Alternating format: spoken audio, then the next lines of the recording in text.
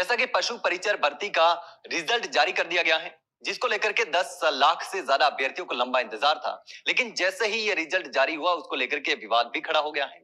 इसमें 6 पारी के जो रिजल्ट जारी हुआ है, उसमें अभ्यर्थियों को ज्यादा नंबर देने का आरोप लग रहा है।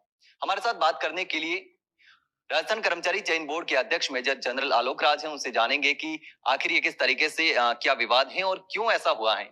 सर, रिजल्ट जारी होने के बाद अब सवाल खड़े हो रहे हैं कि 6th पारी का जो एग्जाम हुआ था, उसमें अभ्यर्थियों के 25 से 30 नंबर ज्यादा आ रहे हैं, जबकि 1 और 4 पारी के जो एग्जाम था, उसमें कम कर दिए गए हैं। तो इसमें क्या है पूरा मामला और क्यों ऐसा हो रहा है सर?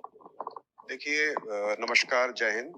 आप सबको जानना चाहिए कि जो पशु परिचय परीक्षा हुई थी, ये 6 पारियों में हुई थी, 1 से 3 दिसंबर को। और इसमें लगभग 11 लाख बच्चे बैठे थे परीक्षा के अंदर। फॉर्म तो काफी बच्चों ने भरा था, 17 लाख 18 लाख बच्चों ने फॉर्म भरा था और 6 पारियों परीक्षा हुई थी। और ये जानना बहुत जरूरी है कि जब हम परीक्षा कराते हैं, तो मेरे से पहले जब परीक्षा होती थी, तो जो पारियां होती थी, वो बच्चे के नाम का किस नाम से शुरू हो रहा है, उसके आधार पर डिसाइड होता था। मान लीजिए आपका नाम ए से है, बी से है, तो आपको पहली पारी मिलेगी। आपका नाम जेड है, वाई से शुरू है, तो आपको लास्ट पारी मिलेगी। ऐसे होता था। लेकिन हमने वो सिस्टम चेंज कर दिया था। तो पशु परिचय परीक्षा के अंदर हमने एट रैंडम सबको अलॉट किया है। यानी कि आपकी पारी कोई सी भी आ सकती है, आपका कंप्यूटर डिसाइड करेगा, पहली बात। दूसरी बात, जो परीक्षा का जो पेपर होता है, वो मेरे आने से पहले शायद मेरे ऐसा लगता है मुझको कि वो पारी वाइज होता था कि भाई पहली पारी में कौन सा पेपर आएगा, दूसरी पारी में कौन सा पेपर आएगा, तीसरी में कौन सा आएगा।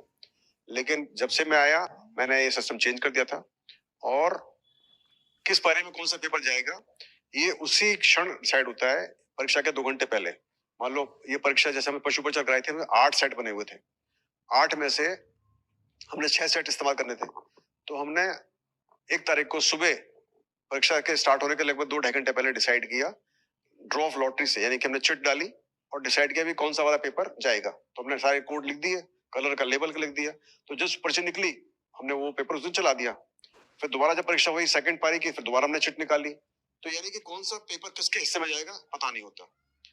और ये भी एक मानवीय, मतलब एक ह्यूमनली इम्पॉसिबल बात है कि आप सारे 6 के 6 पेपर बिल्कुल प्रतिबिंब, जैसे होता है ना, दर्पण का प्रतिबिंब, वैसे बना दो, नहीं बन सकते। एक ह्यूमन टेंडेंसी होती है कि थोड़ा बहुत बदलाव रह जाता है।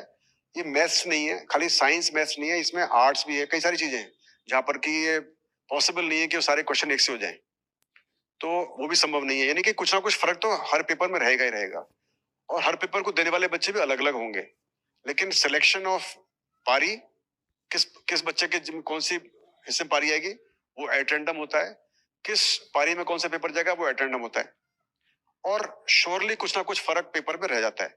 तो यानी कहने का मतलब है, किसी पारी में पेपर टफ आएगा, किसी पारी में इजी आएगा। लेकिन किस हिस्से में इजी पेपर आएगा, किसके हिस्से में टफ पेपर आएगा, ये एक किस्मत की बात होती है। अब ये कार्रवाई हो जाएगी, होने के बाद में फिर उसके मार्क्स हम लेते हैं। मार्क्स लेने के बाद उनको हम कंपेयर करते हैं, उनका उनका मीन, मीडियन, उसकी फ्रीक्वेंसी, स्टैंडर्ड डेविएशन निकाल के, ये पूरी एक स्टैटिस्टिकल प्रक्रिया होती है, सांख्यिकी प्रक्रिया होती है, जो एक्सपर्ट के द्वारा की जाती है। और फिर डिसाइड किया जाता है कि किस पारी का पेपर आसान था, किसका डिफिकल्ट था। कैसे पता लगता है? हम उस पारी का उसका मीन निकालते हैं, एवरेज निकालते हैं और उसमें स्टैंडर्ड डेविएशन निकालते हैं। उसके आधार पर पता पड़ता है कि किस पारी का पेपर आसान था, किसका डिफिकल्ट। जिसका पेपर का पारी का पेपर आसान होगा, वहां पर एवरेज ज्यादा आएगा, औसत ज्यादा आएगा। जहां पर पारी का पेपर इजी होगा, वहां पर जो इजी होगा वहां पर ज्यादा औसत आएगा, जहां पर टफ होगा वहां कम आएगा। उसके बाद में फिर एक स्टैटिस्टिकल प्रक्रिया है, एक फॉर्मूला है जिसका हम भी इस्तेमाल करते हैं, आरपीएससी भी इस्तेमाल करता है, एसएससी भी करता है, आर यूपीएससी, जो भी अलग अलग एजेंसीज हैं जो कि वेल नोन एजेंसीज हैं कंट्री की, वो करती हैं। और इस फॉर्मूले को कोर्ट के अंदर भी चैलेंज किया गया है, वहां पर भी ये कोर्ट फॉर्मूला सही पाया गया। इस कोर्ट को शायद सुप्रीम कोर्ट के अंदर भी इसको चैलेंज किया गया, वहां पर भी इसको सही पाया गया। तो एक यूनिवर्सल फॉर्मूला है जो कि हमेशा से यूज करते हैं, हमने पहले भी यूज किया हुआ है। अभी सीईटी के अंदर भी हमने यूज किया था।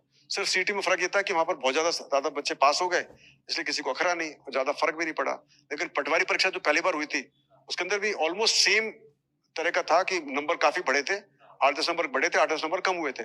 उसके अंदर भी फर्क 20 नंबर का हो गया था। तो कहने का मेरा तात्पर्य ये है कि इसमें अपना कोई कंट्रोल नहीं होता है। ये सब एक साइंटिफिक तरीके से होता है, बहुत ही well tested, well proven system है, जिसकी वजह से मार्क्स घटते और बढ़ते हैं। तो जिस पारी का पेपर आसान होता है, वहाँ के उनके बच्चों के मार्क्स कम होते हैं। जिस पारी का पेपर डिफिकल्ट होता है उस पारी के बच्चों के मार्क्स जुड़ते हैं। तो उस हिसाब से पूरी कार्रवाई की गई है। बिल्कुल एक जो ड्यू प्रोसेस होता है उस हिसाब से पूरी कार्रवाई की गई है और फिर उस हिसाब से मार्क्स कम ज्यादा हुए हैं, उसके आधार पर फिर रिजल्ट बनाया गया है। जो सिक्स पारी के अभ्यर्थी थे उसमें ज्यादातर सेलेक्ट हो रहे हैं, तो अभ्यर्थियों का ये भी आरोप है कि एक ही पारी के अभ्यर्थी ज्यादा क्यों हो रहे हैं, जैसे कि आपने बताया कि पेपर का फर्क होता है, लेकिन इसमें जो दूसरी पारी के एग्जाम है उनको नुकसान हो रहा है। देखिए, नुकसान फायदे हम देखते नहीं है, हम देख ही नहीं सकते नुकसान फायदे का।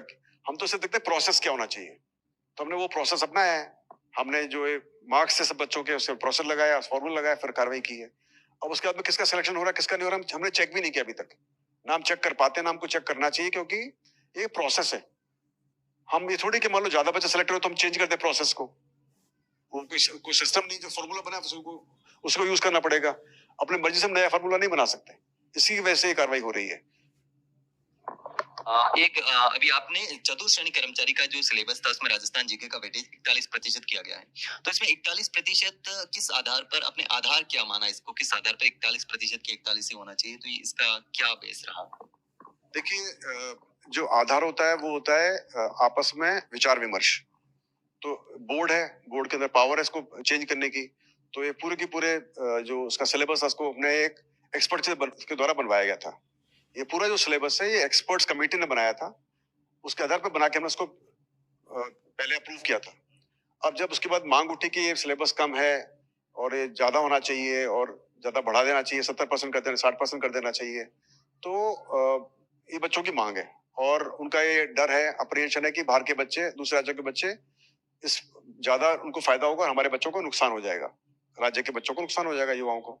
तो इस बात का हमको बात समझ में आई कि वास्तव में उनका एक जायज डर है और वो बहुत ज्यादा गलत भी नहीं है, हो भी सकता है ऐसा हो जाए। तो प्रयास करते हैं कि इसको इम्प्रूव किया जाए। अब कितना इम्प्रूव किया जाए, तो हमने दोबारा इस पर विचार विमर्श किया और क्योंकि पहले तो एक कमेटी ने बना रखा था, तो हमको ये भी देखना है कि ये जो जॉब करेंगे बच्चे उनका क्या जॉब प्रोफाइल होगा। मान लीजिए अभी 4th क्लास है, जिनका प्रमोशन होगा तो उसके बाद एलडीसी बनेंगे, तो उनका वो भी काम होगा। तो हमको देखना होता है कि जो ये जॉब प्रोफाइल है, क्या इस जॉब प्रोफाइल को करने के लिए किसकी आवश्यकता है। उनको कुछ हिंदी भी आनी चाहिए, कुछ इंग्लिश भी आनी चाहिए, कुछ गणित भी आनी चाहिए और बाकी विषयों का भी ज्ञान होना चाहिए। तो हमने उन सब बातों पर ध्यान करके विचार विमर्श करके फिर निर्णय लिया कि हम किस में कटौती कर सकते हैं। तो जैसे हमने हिंदी में 10 नंबर की कटौती की कि हिंदी, हमारा हिंदी भाषी राज्य है, सब बच्चों को हिंदी का अच्छा ज्ञान होता है, जितनी वो ज्ञान जानते हैं उससे काफी सफिशिएंट है, मगर उससे हमने 30 में से 20 नंबर उसको रख दिए। उसके बाद में हमको लगा कि भी गणित जो है वो 25 नंबर का है, उसमें कुछ कटौती कर सकते हैं, क्योंकि जो एक 4th क्लास का एम्प्लॉय होगा उसको बहुत ज्यादा गणित का वाले की आवश्यकता नहीं होगी और वैसे भी आजकल कंप्यूटर है, मोबाइल है, कैलकुलेटर है, उस पर आदमी काफी सारी गणित का काम कर लेता है। तो हमने कहा यहाँ पर हम थोड़ी कटौती कर सकते हैं, तो थोड़ी कटौती वहां कर दी हमने। इस प्रकार से हमने 10-10 नंबर दोनों तरफ से निकाले, यानी 10 नंबर हिंदी से और 10 नंबर हमने निकाले गणित से और 20 नंबर हमने जोड़ दिए। अब हम चाहें कि इसको 70% वेटेज ले जाएं, तो फिर उसमें विचार विमर्श किया गया कि भाई कम से कम इतनी नॉलेज तो बच्चे में होनी चाहिए, क्योंकि उसके अंदर गणित सिर्फ इसलिए नहीं है कि उसको गणित की नॉलेज है, गणित इसलिए भी कि क्या उस बच्चे का दिमाग चलता है कि नहीं चलता है, उसके लिए भी आवश्यकता है कि गणित की उसकी नॉलेज होनी चाहिए कि बच्चे का जो माइंड मोबिलिटी वो अच्छी है कि नहीं। इसी वजह से फिर हमने जो हमको लगा कि भाई इतने नंबर तो कम से कम हिंदी, इंग्लिश और गणित के होने चाहिए, ताकि बच्चा उसको फाइल देखना है, फाइल पे क्या लिखा हुआ है, कई बार फाइल इंग्लिश में होती है, कई बार हिंदी में होती है,